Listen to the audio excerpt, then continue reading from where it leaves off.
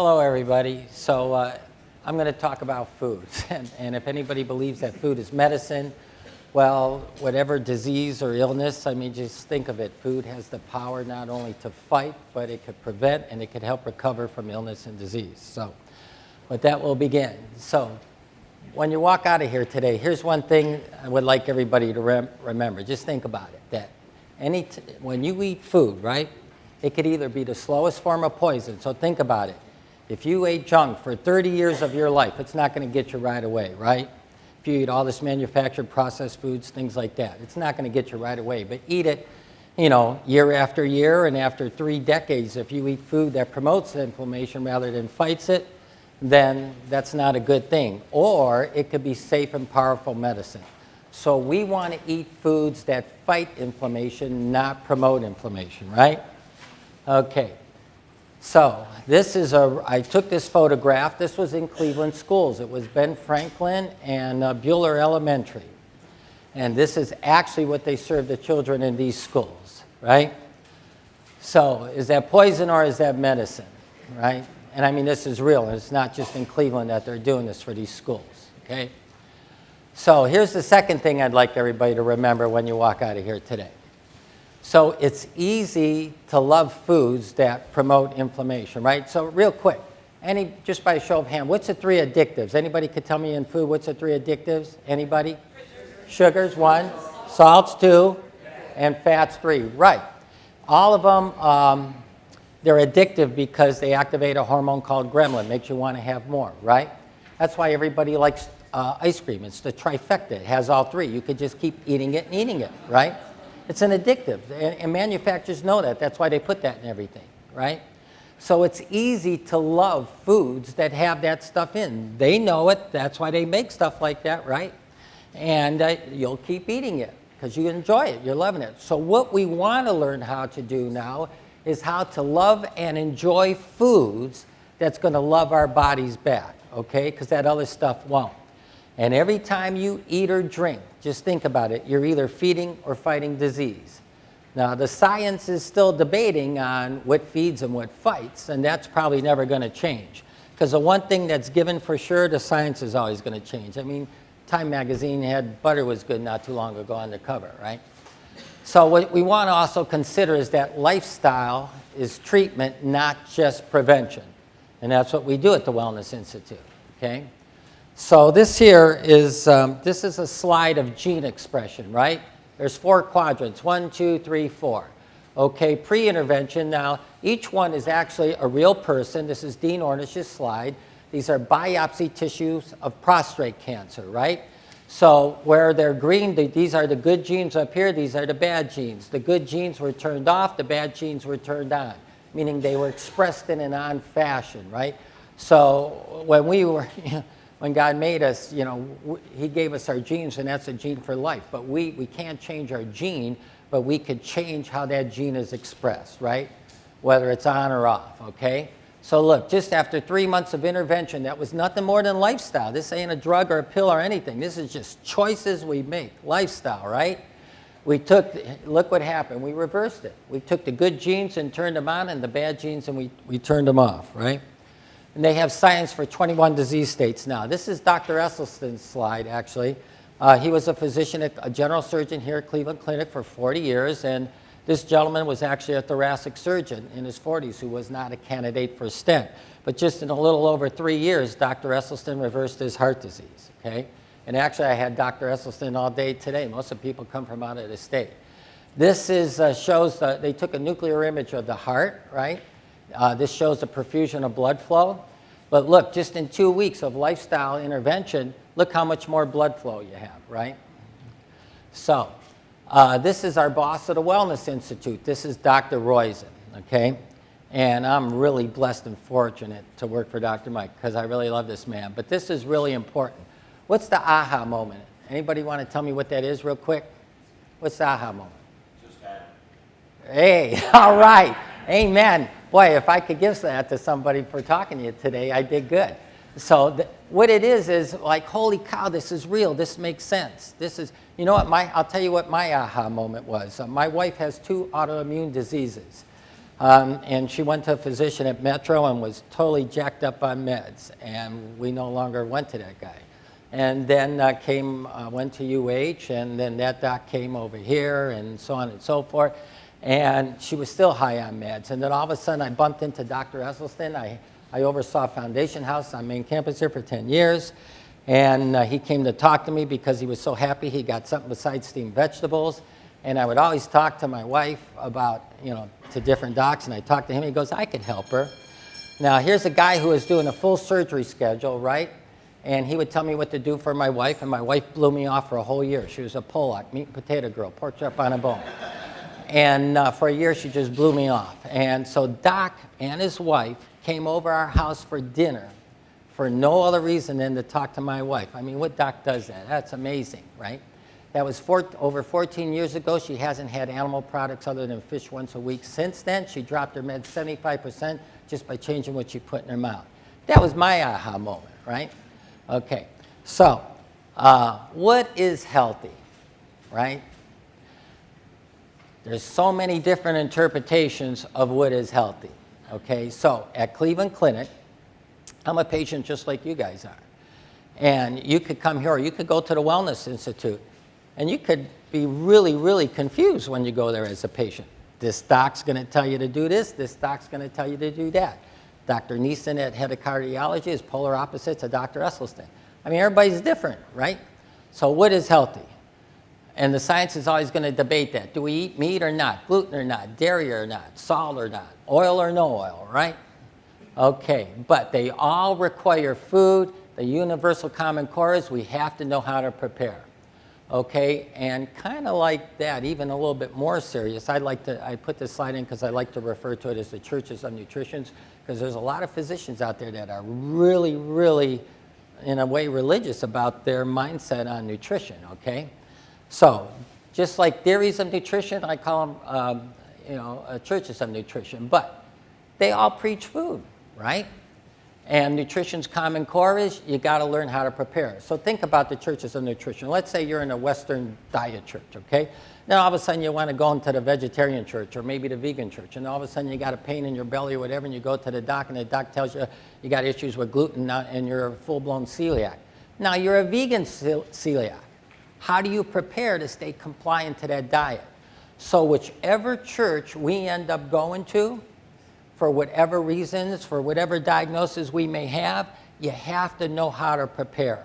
And that's where I want to help people. How you can prepare to stay compliant to whichever diet is you're going to try to follow. Okay, so how do you add, we just established that sugar, sodium, and fat are 3 addictives, right?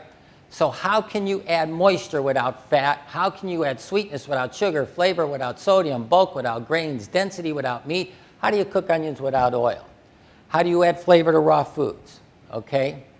So for the physicians today, because it's a lot different today, and as healthcare across this nation starts to transition over from a volume-based to a value-based, this becomes really, really important. One cool thing about Dr. Esselstyn and his wife, Ann, and actually Ann's grandfather was one of the founders of the clinic, Dr. Crow, they teach their patients how to cook. So for docs today, this should be part of their medicine bag. When they're building this new medical school on main campus, there's going to be a kitchen in there. When docs go to training and residence, they should be able to have nutrition education more than what they had before, right? And hopefully, if anybody believes that food is medicine, then there should be culinary medicine training in there. Okay, again, Time Magazine. Can you make your medicine taste good? Absolutely you can, right? You got to learn how to prepare. Why is it important to learn how to prepare? Because if I took, do I give recipes? Oh, by the way, there's handouts. So every recipe that I'm going to show you here, you'll get them out there, right? And then also I put some flyers of our institute and program out there as well. But am I big on giving recipes? Not really. Why? Because if I took 3 of you random from here, right, and I gave you the exact same recipe, it's very conceivable I could get 3 different outcomes from the very same recipe. If a 4-ounce piece of fish is thick and high, it's not going to cook the same if it's low and wide. How do you know degree and doneness, time to flip or turn, and so on and so forth, right? So it's techniques. The single most ingredient in any recipe, the single most important ingredient in any recipe is the skill of which it's executed. It's all techniques, right?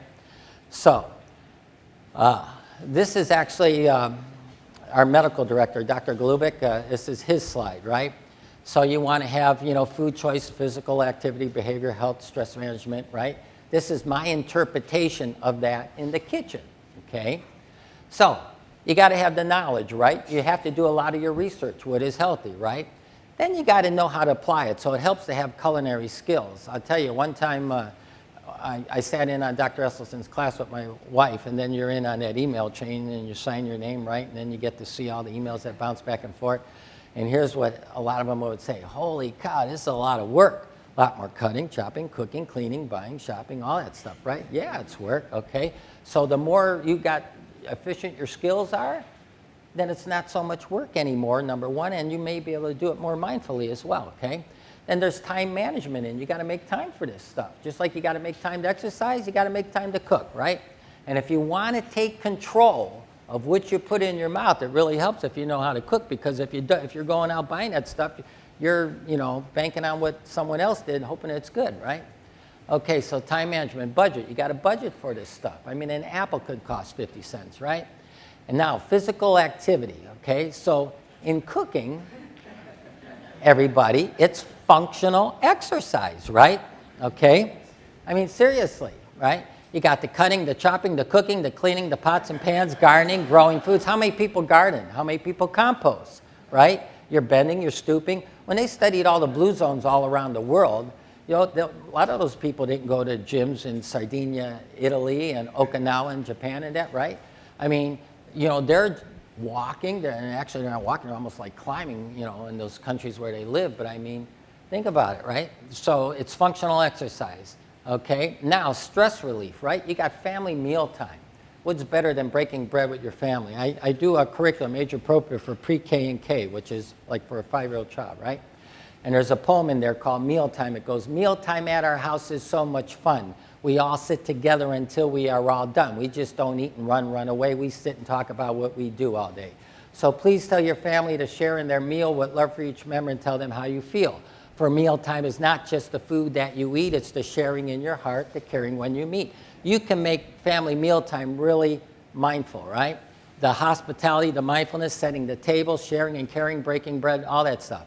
And then when they talk about aromatherapy, here at the clinic, I think, give me a break. You know how many aromas there are in the kitchen when I'm cooking garlic and all that stuff? I mean, it's serious aromatherapy in the kitchen, right? So you got all that stuff. I just threw this in because this is a good example of functional exercise, right? Okay? You do your, one time, Dr. Royce and Dr. Oz had this little quote in a Reader's Digest magazine many, many years ago. One of the secrets to longevity was buy a farm. You're bending, stooping, doing chores, right? It's functional exercise, okay? This is really powerful slide, okay? This is actually Malad and Dr. Glubik's slide. So think about it. If in 3/4 cups of kale, you got 40 milligrams of C, 10 IUs of E, right? But when they took this stuff and they put it in a lab and they wanted to see, and to try to neutralize free radicals, look what happened. It neutralized as many free radicals as 600 milligrams of C and over 800 IUs of E. How could that happen? It's all the other things that are in the kale that we're still learning about, right? So when you eat real food, when you chew real food, look how powerful it is, right? So yes, food can be medicine, okay? How many people know what the clinic go criteria is? Anybody know what it is? What is it? Anybody know? Anybody know what that is? Okay, well, it's a criteria of what's in your food, right? No more than 4 grams of added sugar, fat, and sodium for a main, but 2 grams, respectively, for a serving. 600 milligrams sodium for a main, 480 for a serving, 0 trans fat, 100% whole grains. Why is that important? Here's why. Who here, show me what, or raise your hand, who here still drinks cow milk? Anybody drink cow milk? Keep your hand up. What kind? What, 2%? 1%? 2%? What percent though? 2%? Skim? Okay. I had a 2, I think a 1, and a skim. If I gave you guys a glass of whole milk, what would you think? What? So I got a yummy. What else? What? And a gross. I got a yummy and I got a gross, right? Most people tell me it's too rich and thick. Okay, so I'll get to yummy in a second. If you think it is too rich or thick, that's an example. The way it works generally in our body is if we abstain from something for a long enough period of time, we diminish our desire to want to have it. That was an example of saturated fat. If you go low fat for a long enough period of time, you diminish your desire to want to have it. That's what you just said, right? The same is true for sugar. The same is true for sodium. You go low sugar for a long enough period of time, and I gave you something with a lot of sugar, you're going to go, holy cow, is that sweet. You go low sodium for a long enough period of time, I give you pretzels or something with a lot of salt, and you're going to go, wow, this is pretty salty, right? And we just said the three addictors were added sugar, sodium, and fat. And the one thing that the science is really clear on, all three of those aren't really good for you, especially in excess. And sugar and sodium is really bad too, okay, right? Now, for the person that said it was yummy, what that tells me is you're getting fat in other sources because you're still liking it. It's an addictive. You're not off of it. So maybe you might be on 2%, but then you're getting it in something else that you're eating, right? Because you're still liking it. Because if you go low fat in all the things you do for a long enough period of time, you can recognize it really quick. And that's what GO does. With the GO, if you follow GO criteria, it is weaning you down on the added sugar, sodium, and fat in all the foods you eat. It's going to slowly diminish your desire to want to have those things, right? So what does that mean? It means if you bought a loaf of bread, there's two things you got to read, no matter what you do and what you buy that's manufactured. You got to read the ingredient label and the nutritional analysis. You look at the nutritional analysis on the loaf of bread, it says serving size, 1 slice. That means in that slice of bread, there should be no more than 2 grams of sugar, no more than 2 grams of fat, no more than 480 milligrams of sodium, 0 trans fat, nothing hydrogenated, and not just wheat bread, but 100% whole wheat, or whole grain, 100% whole. That's what you want. Now, here's how that could be confusing. I'll give you a quick example. That's why you got to really read. I got 2 jars of tomato sauce in my hand, right? One's got 5 grams of sugar. Yes, sir. No, go right ahead. Chow, chew, that's good. No, you eat. No, don't bother me at all. I'm cool with it. I'm in a kitchen, man. I see people eating all the time. Come on, it's not a problem. So look at, you got 2 jars of tomato sauce, right? Okay, one's got 5 grams of sugar per serving, one's got 7, right? Both are more than 2. But the one that had 5 had no added sugars. The one that had 7 had an added sugar. So the one that had 5 was okay. You know why? Where did sugar come from? It came from the tomato. Plus you're getting the fiber with it, okay? So that's good. Anyhow, you want to follow GO. So how do you begin to change? One of the things I learned at the Wellness Institute, I've been with Dr. Roizen now for 7 years, and the one thing I really learned that the single hardest thing to do is change people's behaviors. Man, that is hard to do. You see the same people coming back 3-4 times, right? Hard to do. Here's how you could start to do that. And remember this one because it's really important. If you want to make a change, let's say you want to get off red meat, let's just say, then don't think about it. Don't think about all the things that you shouldn't have, can't have, or advise not to have. Instead, think about all the things you can have. You go to that can't have world, it will sustain you every time. It's huge. You know how many varieties of apples there are out there? And other beans and legumes and plants? It's endless. I'm a chef. This is all I've ever done. I love what I do now more than any point in time in my life. And I'm always constantly learning. It's unreal, all the stuff that's out there, okay? Focus on what provides benefit to your body, okay? I talked about the recipes. Here's a technique, okay? So think about this, okay? The techniques I'm going to try to give you, it doesn't matter which church of nutrition you're going to follow. I'm going to give you techniques that apply to any diet or all of them, okay? So time, temperature, degree of doneness. This one's real important. Consistent size for consistent doneness. That's why you want to practice your knife skills. So when you cut something, you got same size. If you got big and small, that stuff don't cook the same, right? Okay. Okay. Does not matter. When we age, as we get older, one of the functions of the aging process is we lose a lot of stuff, right? One of which is our sense of taste. The other is our sense of smell. We lose the papillae on our tongue. Our smell is 80% of what we taste, right? So if we're trying to reduce our added sugar, sodium, and fat, and we're already through the function of aging, losing our sense of taste and smell, right? Then we want to ramp up the flavor in food. So here's how you could do it. If you increase surface area, you increase the area to flavor, okay? Doesn't matter the diet or Church of Nutrition works on every one of them. I got slides that's going to explain that, illustrate it, okay? All right. So, and this is important too. If you learn the skills and you know how to achieve the end to the means that where something will taste good, it'll give you satisfaction. You had the knowledge how to get there. That'll help you stay compliant, and that'll foster innovation. Then you'll be sending me recipes, okay? And so my goal for you today is hopefully I could give you a bit of an aha moment. You guys can make healthy choices. So we want to practice knife skills, right? It's easy how you hold a knife in one hand. The hard part is how you hold the food in the other hand. You want to indent your finger under your first knuckle. If that blade's always touching it, you'll never cut your finger. But if you hold food like this, then you cut your finger. You got to hold it like this. The knife rides on. As illustrated there, you won't cut your finger.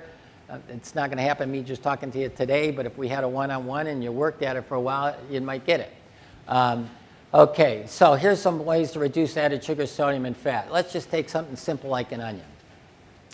So if onions got two main things, they got sulfur, they got sugar, but if anybody made a soup, okay, there's a doc at the Wellness Institute, this bone broth's a big deal now, which is nothing more in the chef world is old stocks that were hundreds of years old. Recipes would just make a stock, right? Now they call it bone broth. And anyhow, here's what she was telling patients for the recipe. Take everything, put it in the crock pot and go to bed. And I'm thinking, Doc, you can't do this because if you take an onion raw and you put liquid, any kind of liquid in, that sulfur gets infused into the liquid, you got this funky sulfur water. It's not very palatable. If you apply heat to that plant, right, and you cook it till translucent, that sulfur dissipates. Eat garlic raw, it'll come out your pores the next day. Apply heat to it, you could spread it on a toast point, right? Okay, so, and then if you cook it further, then you caramelize the natural sugar in that plant, it becomes sweet. And so you can sweeten things with plants without adding sugar as well, right? Okay. Chia seeds one, because look, aside from all the benefits here and all the nutrients in chia seeds, see that spoon? It'll swell up to 10 times its weight in volume in liquid. It will add density, viscosity to salads, dressings, slaws, whatever, okay? Here's how you can make a killer vinaigrette without any oil. So textbook ratio for a vinaigrette is 3:1, 3 parts oil, 1 part acid.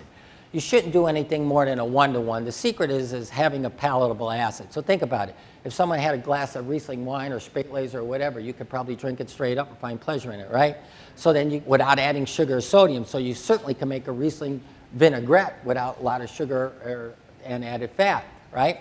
So if I take a good balsamic vinegar, let's just say I got fresh figs, could be dried, got prunes, put them in water, just the fruit in water, right?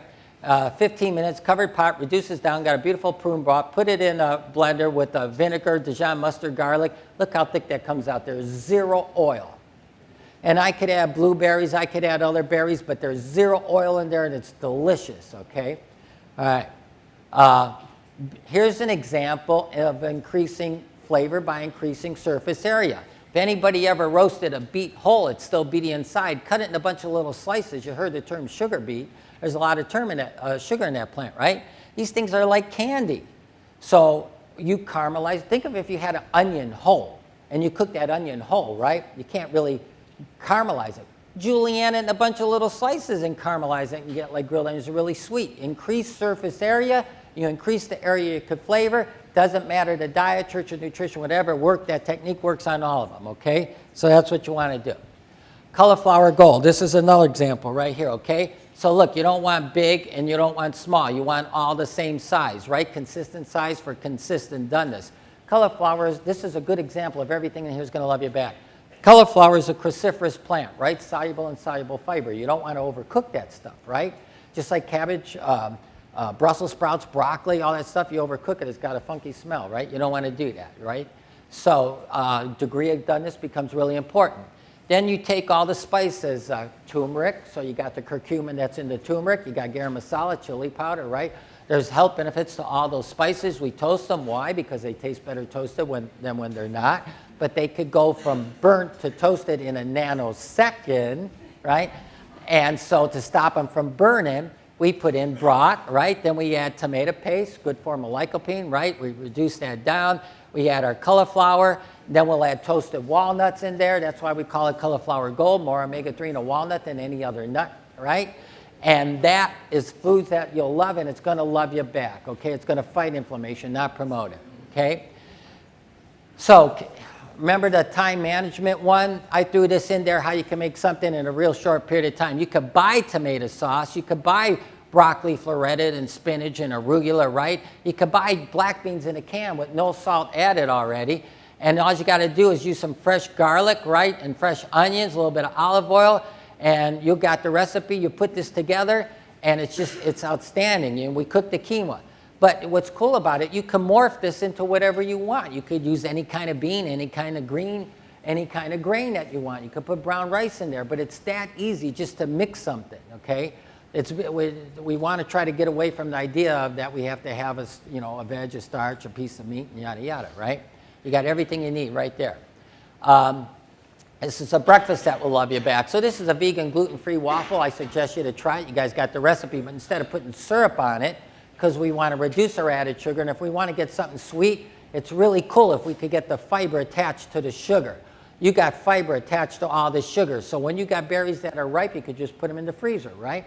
Take them out, you put them in a pot, chia seed will help thicken it, and you got a beautiful fruit sauce, okay? It's that simple, okay?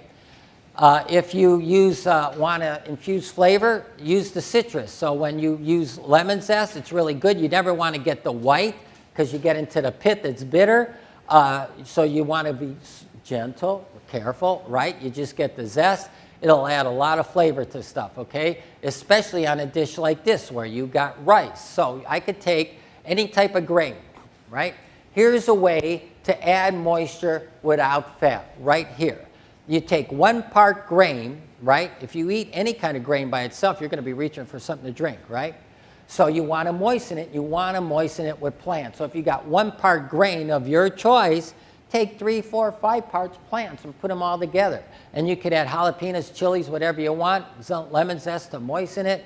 I mean, the sky's the limit. But here's the rules. You want to put foods in there that promote inflammation, not fight it, right? That's the only rule. So if you got a whole food plant-based diet, you're doing pretty good. Pick your type of grain, moisten it with plants. And for respective to cancer, what some of the science shows is that the best foods for cancer, if you're going to eat a plate of food, if it's got a lot of colors on it, that's a good thing. So you get all the phytochemicals, flavonoids, antioxidants, all those things that the science tells us is good for a diet for cancer, okay? How do you make mac and cheese healthy, right? You go to the world of can-haves. Here's how you do it, right? You take 28 ounces of either almond milk, unsweetened, soy milk, grain milk, whatever kind of alternative milk, unsweetened. Put in 28 ounces of sweet potato, 20 ounces of 4 cups of milk, 28 ounces of sweet potatoes. Cook it for about 25 minutes so the potatoes are tender. It'll probably reduce down to 2.5 cups. Bring it back up to 3 cups. Put it in a blender with 12 ounces of silken extra firm tofu. That's a complete protein. It has all the 9 essential amino acids we don't have. Dijon mustard, cayenne, nutmeg, salt, and it comes out just like a cheese sauce. Now, I just showed you how to make that. Put your thinking cap on. What else can you do with that sauce? Anybody, what else could you do? Yeah. Anybody, what else could you do with it? What? Well, yeah, okay, you could put it over vegetables. I could add jalapenos to that and make a nacho cheese sauce. I could make a gratin. If I wanted to, I could take Guinness beer and morph it into a version of Welsh rarebit. Okay, but the point is it's going to love you back. If you put it over 100% whole grain pasta or whole brown rice for gluten-free, you got a healthy version of mac and cheese that's going to love you back. Okay? That's what we want. All right, Rutabagas. I threw this in here because this is a great way to add sweetness without sugar. In soups, in a mash. I have a grandson 3 and one 7 months, and I make baby food, and I give this little kid, Connor, Rutabagas with sweet potatoes, carrots, and butternut squash. But the key is, too, okay, this is how to peel a rutabaga. So you want to get this out part off because that's bitter, right? So you want to do that. You get all that outside. And if you see wax on it, they put that as a preservative. If you see the wax lifting, that's an old rutabaga. If it's shiny, then it's new, okay, because it's already losing moisture. But here's the key. This is an important kitchen tool. It's a skimmer. Everybody should have one. Here's why. When you cook stuff, If I cook all this stuff individually in water, look what happened to that water. I got this beautiful broth, and let me tell you, that is really sweet stuff. I reduced it, just like when you reduce maple syrup. So if you take potatoes or squash, the sweet potatoes, the butternut squash, carrots, right, and that rutabaga, and you cook them sequentially, right, and you took them out, then you reduce that water down, then I add it back to that, mashed it in a processor, and I give it to the grandson, and he loves it. I mean, it's beautiful, and adults will love it too as well, okay? Or you could, if you want it chunky, just smash it by hand. But you got all the flavor in there and nutrients, okay? So that's what you want to do. Well, because a rutabaga will take 3 times longer to cook than a carrot, right? You know? And that's also, you want to practice consistent size for doneness, because if things are big and small, that's another issue that you'll have, okay? All right. And then you can mash it if you want, right? Okay. You know, everybody heard the term beef bourguignon? Well, here's a way to get a plant-based bourguignon, right?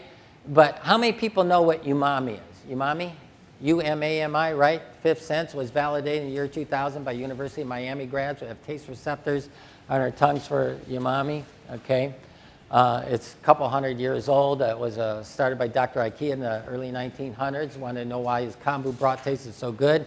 So he dehydrated, analyzed the crystals left behind, found them to be glutamic acid, formed a company, if anybody remembers, in the 1950s, that red jar of Accent, you know, that was monosodium glutamate, right? Flavor enhancer.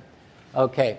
Anyhow, you could eat, if you use mushrooms and you brown them, right, and you caramelize, you get all the sweetness from the root vegetables, parsnips, carrots, all that, and you get the umami from the mushrooms, and you brown these things and you roast these things. Now you caramelize the natural sugars, right?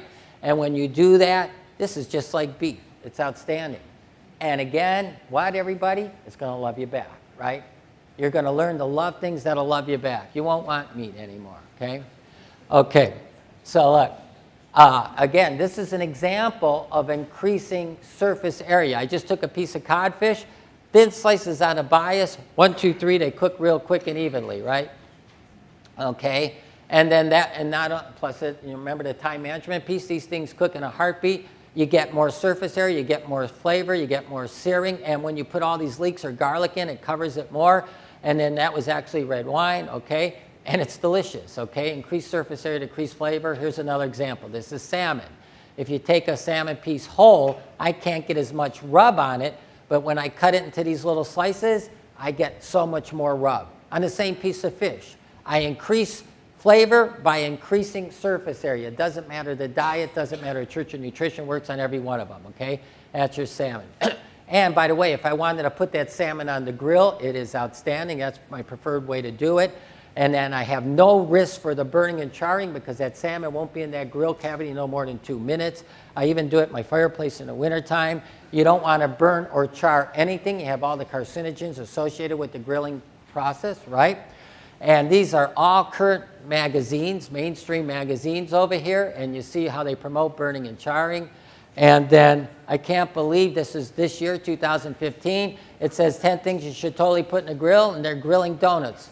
Do you believe that? You know, I mean, it's nuts, right? It's addictive is what it is, and, you know, people don't want to do that. These are professional trade journals. One's Bon Appetit as well. And these are my peers and colleagues. I can't believe they're doing this stuff. The New Black, look at the toast, right? Dessert on the dark side, they're making ashes out of it. Ashes to ashes, they're burning mushrooms and turning and grinding them into ashes. Plate magazine, meat, I mean, I can't believe they do this. Jonathan Sawyer, who won the James Beard Award, he's got the greenhouse in Cleveland, is bringing charcoal and burning stuff in Cleveland as well. Here's what you want to remember. No matter what you burn, I don't care if it's popcorn, you get the hydrocarbons associated with it. Every time you eat or drink, you're either feeding or fighting disease. You don't want to burn or char anything, okay? Grilling tips, so if you do grill, you want a covered cavity, have an offset fire. It's a way to moderate your heat. Marinades will reduce carcinogens by up to 80%. The downside is a lot of times they have an oil base. It'll drip, induce a flame. So if you put the lid on, close the holes, you have no air, no fire, right? Okay. one of the things that'll help you with time management is just going to the grocery store when you make the selection. So you're going to have recipes in there that's going to have butternut squash, right? But if you buy this one, that's a bad choice because this is the seed cavity. This is solid. It's going to, let's say the recipe calls for 46 ounces of squash. You're going to be spending a lot of time trying to get 46 ounces if you buy squashes like this, right? But you buy one with a small bottom and big tops. This is all solid. This is all solid.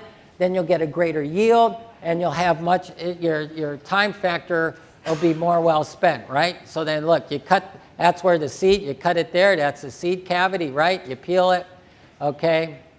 And I cut this, see how it's all seeds, right? This is all solid, okay? And then you could do strips, dice, make squash fries, whatever you want, put it in the soups, whatever, okay? So, but the key is you want to learn how to prepare, okay? We need to do that stuff, especially, you know, so everybody's got different tastes, so subjective to your taste and diet restrictions, it's really important if you know how to prepare. You got this recipe for a soup, 5 ingredients. You can take carrots, the onions, make sure you got to cook the onion to get the sulfur out. I don't want the sulfur in my soup, right? And then I put in vegetable broth. I got ginger, and I'll tell you, you hit it with an immersion blender. You know, just like you need a flathead screwdriver for a flathead screw and a Phillips for a Phillips screw, it helps to have the right tool in the kitchen. You know, when you got your knives, you need a big knife for a big job, a little knife for a little job, right?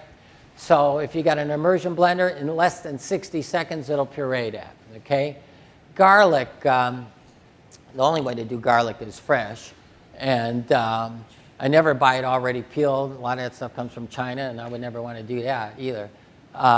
But a lot of people do this. You don't ever want to do that. Why? Because what the science tells us that if there's a benefit to garlic, it's in the oil. And when you crush it, you release the oil sticks to the paper, and you are not capturing what the science tells us has the benefit, right? So what we want to do, now they sell these gadgets, you could roll them and things like that to get the paper off, or you could use it with a knife to peel it like so. And then after you peel it, once it's peeled and not crushed, now you could chop it. Sometimes I'll put a little bit of salt, acts as an abrasion, it'll help keep the oil together. And then you could just smash it with a knife, or if I got a lot peeled, I'll put it in the processor. The point is I always use fresh garlic, USA grown, and if I do it with a knife, I could capture all of that oil just by scraping it off the board, okay? Greens, we want to eat our greens, right? But you don't want to overcook them. Kale's cruciferous, it's soluble and soluble. You don't want to overcook it either, right? So if you chiffonade your greens, they will wilt real quickly. This is garlic in the pan. Just the residual water from the greens is all you need. If I want to make it sweet, I do the yin and the yang. I'll sweeten it with squash, right? And it's an outstanding meal, right? Green, 20,900 micrograms of lutein in a cup of kale. That's great for our eyes, right? It's got as much calcium in a cup of kale as a glass of milk, okay? I mean, and it's cruciferous, so soluble and soluble fiber. I mean, it's really good stuff. Root vegetable au gratin. You could take any kind of combination of root vegetables, stock. I caramelize the onions for added sweetness. I like to put some smoked paprika in it as well. And you cook this, and it's delicious. So let me go through it. So you just shave them thin, and the onions give it some sweetness. And again, you can put your own mixture of vegetables in there, and it's a fabulous meal, okay? Dr. Mark Gillenoff is a thoracic surgeon here. I was invited to go on to the Dr. Mark show. I gave him 10 recipes. All 10 were shot down. Why? Because they were all plant-based. If I wouldn't have gave him a recipe for meat, I wouldn't have got on. So I had to give him a recipe for meat, plus I had to do it where they could do it like in 4 minutes. So here's what we did, okay? 4 ingredients, 4 minutes. I took 2 eggs, threw the yolk away from 1. Took a 1/4 pound of turkey, but see that turkey, it's 99 lean. So when you go to buy ground turkey, you don't want 97 or 94, you want to get 99 lean, right? Okay, you could freeze it into 4 increments. This was just a 1/4 pound, right? So you mix that in with the eggs, onions, green pepper, salt, pepper, comes into a batter. In less than 4 minutes, you got a beautiful turkey cake. Just like that, you can make a sandwich, put it in a wrap, eat it as it is, however you want, right? What's that? I used extra virgin olive oil, okay? And actually, I don't know if it shows me cooking that. Let's see. Yeah, look, there's hardly any oil in that pan. You could, to make these cakes, if you have a good nonstick pan, you could just take like a paper towel, dip it, and just brush that pan, and you'll use hardly any oil. Look at, you could see, most people when they make cakes, there's a lot of oil because you'll see it bubbling. You don't see that happening there, okay? All right, mushrooms. So I'm just going real quick on how you would clean a portobello, okay? Because portobellos also have umami. I always like to take the gills out, and then I peel them like so, and they're really great in all kinds of different recipes. If anybody eats eggs, and the portobellos be good in this one too, rather than just, anybody here still eat bacon and eggs? Thank you for being honest. So look, if you're going to eat eggs, eating bacon and eggs is just like someone that would take bread and dip it in olive oil on a plate, right? If you're going to have the egg or if you're going to have the oil, make the oil work for you. If you're going to have the eggs, make the eggs work for you, okay? And so if you have like a frittata, think of the eggs as just the glue to hold a bunch of plants together, okay? There's no recipe for a frittata. You could put the kitchen sink in it, whatever you want. So I had 8 eggs. I threw the yolks away from 7 of them. This would feed 4 people, okay? And you could do a total all egg whites if you want. And so then you put your plants in there. If you do mushrooms, I do mushrooms first. And if you do a shiitake, I kid you not, instead of bacon and eggs, take a shiitake, caramelize it. It's almost like bacon. Put just a little salt and pepper. Because to be fair, bacon's cured with nitrates and nitrates, and it's not really good to have nitrates and nitrates. So if you put a little salt and pepper on bacon, you can't brown that and then pat it dry, it tastes almost just like bacon. The true power of umami. Anyhow, so then you take your plants, you put them in, and see how I'm tilting the pan? Well, if you tilt, a lot of these recipes, they say put it in the oven for 15, 20 minutes. You don't need to do that. All you got to do is tilt the pan, fold, and tilt to the direction of the fold where the loose eggs go. And after a while, there's no more loose eggs. Put a plate, flip it over, and you got a frittata. And I serve it on 100% whole sprouted grain, like an Ezekiel wrap. So now you're getting 100% whole sprouted grains, fiber. You're getting a lot of plant-based. It's yellow because I put a turmeric in there as well, okay? So if anybody takes turmeric, you know the power of curcumin that fights inflammation, right? Okay, a green smoothie, you got the recipe for here. Are there any rules to making a smoothie? Here's my rules, okay? I gave this, that school that you saw in the beginning with all those pictures. They didn't have kitchens, so I got, the only way I could help was they had an electrical outlet in the wall, so I got Vitamix to donate me 2 Vitamix blenders for every school that I got the Food is Knowledge program into.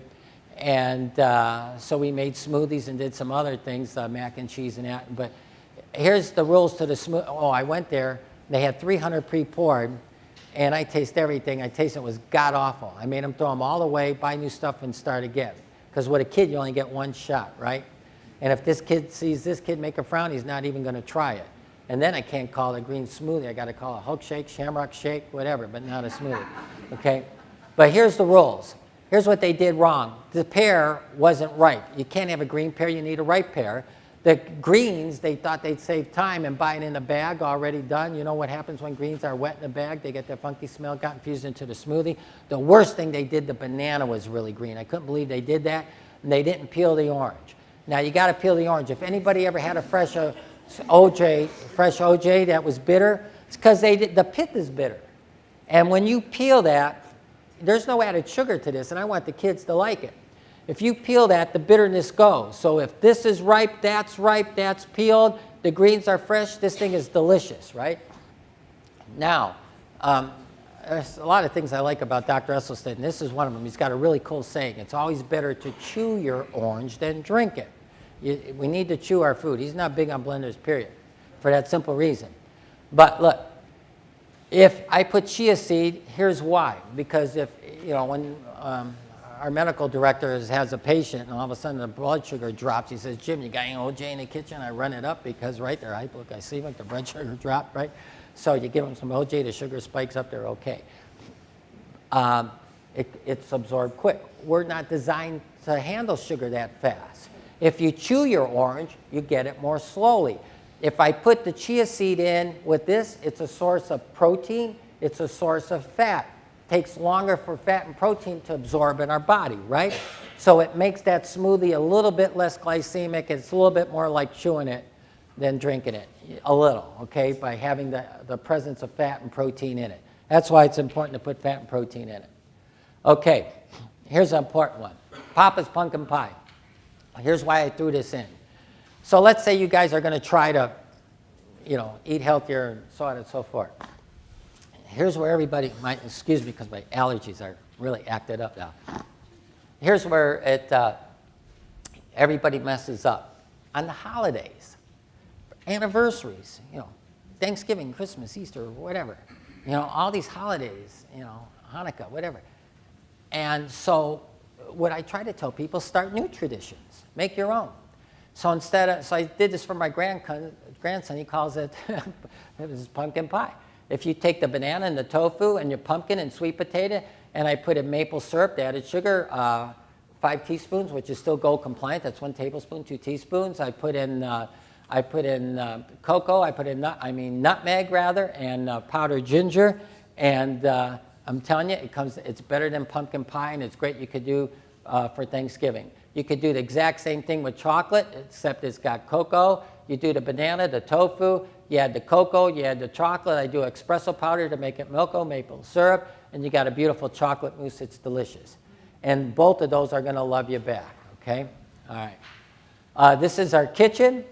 We have 4 benches, 4 ranges. This is where we teach people how to cook. That's our contact information if anybody has any interest. I got 3 flyers, a Lifestyle Med Consult, Lifestyle Essentials is another program. We do many programs. I only brought 3. Lifestyle Essentials is more for cardiac related. Lifestyle Use a little bit more liberal. So I'm happy to take any questions if anybody has it. Anybody on anything? Now's your chance. Yes, sir. Are you cooking dinner tonight? No, I'm not.